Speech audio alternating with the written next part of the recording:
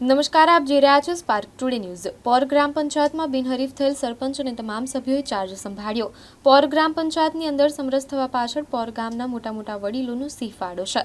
ત્યારે આજરોજ પોર ગ્રામ પંચાયતની અંદર બિનહરીફ થયેલ સરપંચ સભ્યોએ ચાર્જ લીધો। ગ્રામ પંચાયતના તલાટી કમ મંત્રી શ્રી મનીષભાઈ નાયક ઉપસ્થિતિમાં ડેપ્યુટી સરપંચની ચૂંટણી યોજાઈ હતી।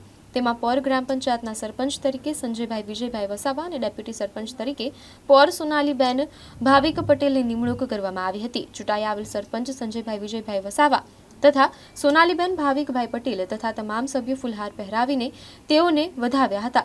ત્યારે પોર ગામની અંદર હવે જે નવી પંચાયતની બોડી બેસતા હવે પોર ગામનો વિકાસ ઝડપથી આગળ વધે એ પોર ગામની પ્રજા ઈચ્છી રહી છે।